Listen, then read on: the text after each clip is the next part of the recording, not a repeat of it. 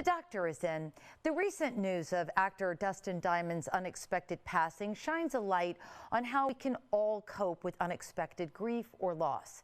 Joining us to discuss how to cope with unexpected death is Dr. Susan Nicholas, who is the author of The Death of Cupcake, a children's book to help kids handle the loss of a loved one. Welcome back to Bloom, Doctor. Thank you so much, Gail. It's a pleasure to be here. Oh, it's a pleasure to have you. So, Doctor, when a loved one unexpectedly dies, how do you cope with that rush of sadness? You know, Gail, there is not a right or wrong way to cope when a loved one or well-known personality dies. But the way we cope often depends on the nature of the relationship or attachment that we had with the deceased, if we have made closure or not during life. And sometimes when we lose a peer, someone close to our own age, we are confronted with our own mortality. And so we have to deal with our own inner feelings about our existence and about our own lives. You know, you mentioned closure in life, and I think that's really interesting because a lot of times maybe when you know someone's going to pass, you can get that closure.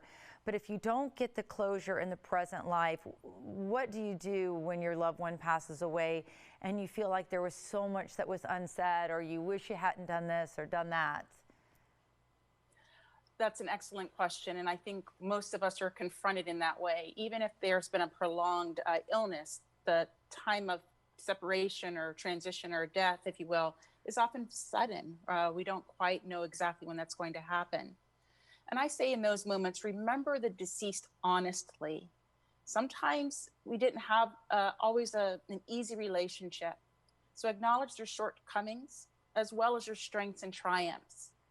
And I think it's really important to allow yourself to cry, but also to laugh in times of grief, because both of these emotions are very healing.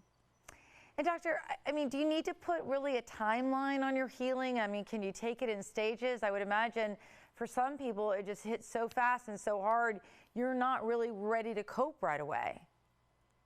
Exactly. And particularly in the rush of making arrangements or the rush of the moment, we don't have the time and space to grieve.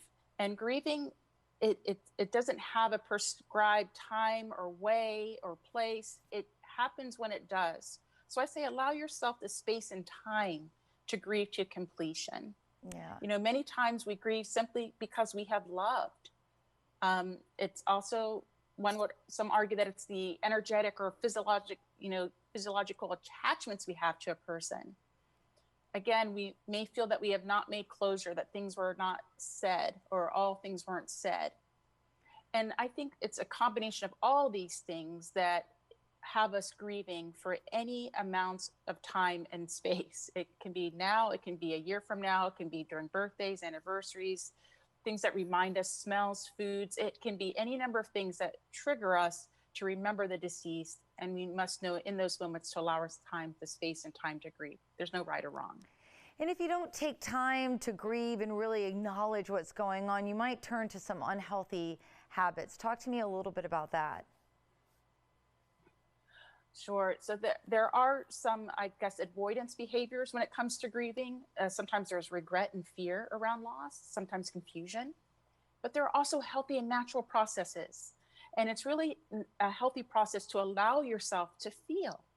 This is all about feeling. This is about emotion and to grieve to completion.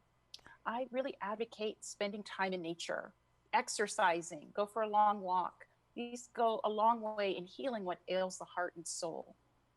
I also advocate for journaling or channeling that energy creatively. There can be many ways of doing that, and they're multi-talented people, so any way that feels right for you. And of course, there's always counseling and therapy if that's what's needed, and there are books and different types of references to help you along your journey. We have just 30 seconds, and I want to give folks information as to where they can find you. But I know you're also, a big believer in, celebrating the life of those who have lost. And I think that's really important to keep, their legacy alive of your loved ones. So, Doctor, I really appreciate you joining us. And I know, again, the book is The Death of Cupcake, which helps children deal with the loss of loved ones. That's available on Susan's website at susannicholas.org, but you can also find a lot of other information there as well. Thank you so much, Doctor. Thank you for having me, Gail. All right, and we're going to be back with more Bloom right after this.